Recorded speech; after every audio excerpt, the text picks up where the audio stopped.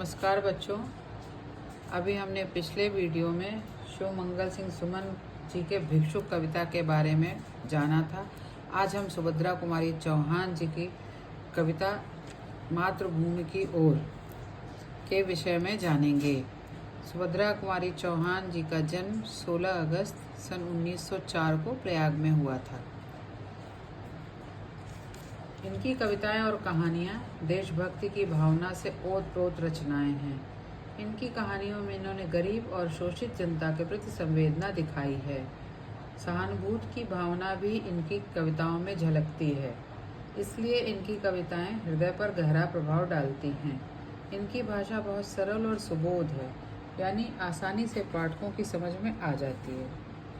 इनकी सबसे प्रसिद्ध कविता खूब लड़े मर्दानी वह तो झांसी वाली रानी थी।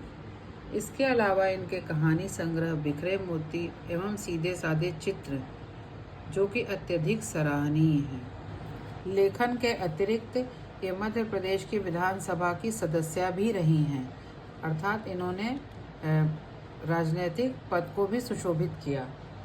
सन 1948 में एक कार दुर्घटना में इनका स्वर्गवास हो गया।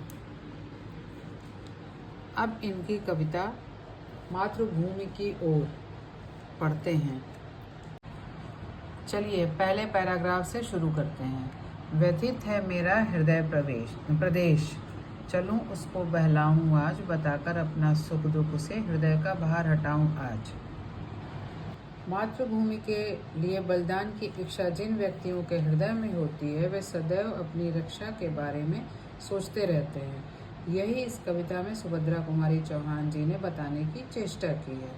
बोलती हैं, आज मेरा हृदय बहुत दुखी है, उसे बहलाने के लिए चलकर अपने सुख दुख की बातें करते हैं, जिससे हृदय पर जो दुख का भार है उसको हटा दें और अपने हृदय को बात के द्वारा बहलाएं और वह दुख जिससे कम हो जाए, किसी से इस सुख दुख को बांटें। चलूं माँ के पद पंकज पकड़, नयन जल से नहलाऊं आज, मातृ मंदिर में मैंने कहा चलूं दर्शन कर आऊं आज मातृभूमि माँ के कमल के समान जो पैर हैं उनको पकड़ें और अपनी आँखों के जल से अर्थात आंसुओं से उन्हें धोएं। आज मातृ रूपी मंदिर के दर्शन करें चलकर। लेकिन तभी यह ध्यान आया कि अभी तो मैं बहुत छोटी हूँ, निरीह हूँ और अज्ञानी भी हूँ, तो यह कार्य कैसे कर पाऊँगी भगवान। तुम ही मुझे यह कार्य करने की प्रेरणा दो और मातृभूमि रूपी मंदिर तक पहुँचने का जो रास्ता है उसके बारे में बताओ। मार्ग के बाधक पहरेदार, सुना है ऊंचे से सोपान, फिसलते हैं ये दुर्बल पैर, चढ़ा लो मुझको हे भगवान।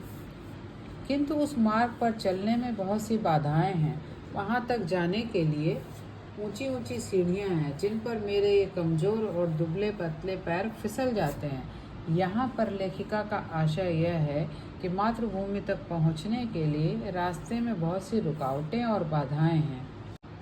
आहा वे जगमग जगमग जगी ज्योतियाँ दिख रही हैं वहाँ, शीघ्रता करो वाद्य बज उठे, भला मैं कैसे जाऊँ वहाँ। लेकिन अचानक ऐसा लगता है जैसे कि रोशनी की जगमगाहट दिखाई पड़ रही है दूर कहीं और बाजे भी बज रहे हैं, तो हम सबको शीघ्रता से उस रोशनी के पास पहुंचना चाहिए। लेकिन वहां तक हम कैसे पहुंचें, क्योंकि हम तो बहुत शक्तिहीन हो गए हैं। सुनाई पड़ता है कलगान, मिला दूं उसमें मैं भी अपनी तान, शीघ्रता करो मुझे ले चलो मातृ मंदिर में हे भगवान। हे ईश्वर, कानों में जो गीत की आवाज़ आ रही है, मेरी भी इच्छा है कि इस गीत में अपनी आवाज़ मिलाऊं। मुझे भी शीघ्रता से मातृ मंदिर की ओर ले चलो, या मैं स्वयं ही जल्दी जल्दी उस मातृ मंदिर तक पहुंच जाऊं। चलूं मैं जल्दी से बढ़ चलूं, देख लूं माँ की प्यारी मूर्ति, आहा वो मीठी सी मुस्कान, जगा जाती है न्यारी स्फूर्ति।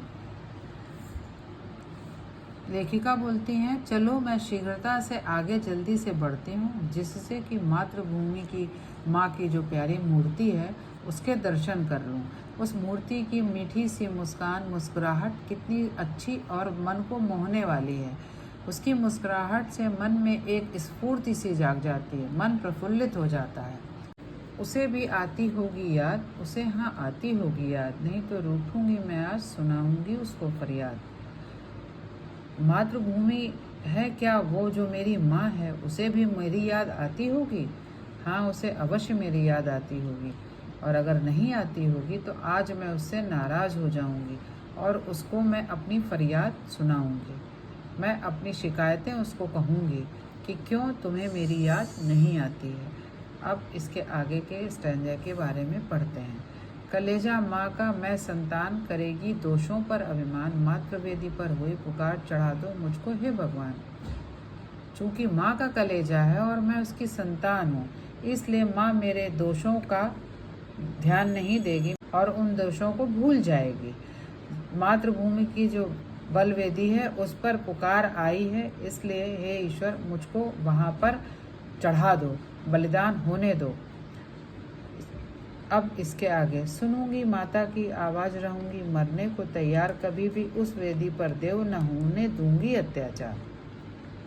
मैं माता की आवाज़ को अवश्य सुनूंगी और उस आवाज़ की पुकार पर मरने के लिए भी तैयार हो जाऊंगी, और उस बलिदान की वेदी पर ईश्वर मैं कभी भी कोई अत्याचार नहीं होने दूंगी।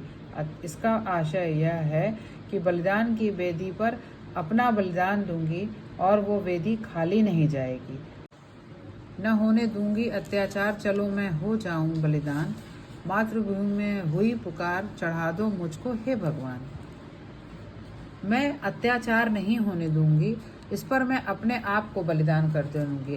अत्याचार से आशय है कि बलि की जो वेदी है वो बिना बलिदान के खाली नहीं रहेगी, उस पर मैं स्वयं का बलिदान कर दूंगी, क्योंकि मातृ मंदिर में बलिदान के लिए पुकार हुई है। तो हे ईश्वर मुझको उस मातृभूमि पर सर्वस्व न्यौछावर करने दो, अपने प्राणों को उस पर न्यौछावर करने दो। यहाँ पर लेखिका का मातृ मंदिर से आशय मातृभूमि का है, और मातृभूमि पर प्राण हर व्यक्ति को मातृभूमि की रक्षा के लिए अपना सर्वस्व न्यौछावर कर देना चाहिए, यहाँ तक कि प्राण भी। यही लेखिका के कहने का तात्पर्य है। बच्चों, आज हमने सुभद्रा कुमारी चौहान जी की वीर रस से ओतप्रोत कविता का भावार्थ पढ़ा, और इस भावार्थ में आपको कहीं भी समझने में कोई भी दिक्कत हो तो आप इस पर कमेंट करके पूछ सकते हैं अर्थ के बारे में। और यदि वीडियो अच्छी लगी हो तो लाइक, सब्सक्राइब और शेयर ज़रूर करें। धन्यवाद।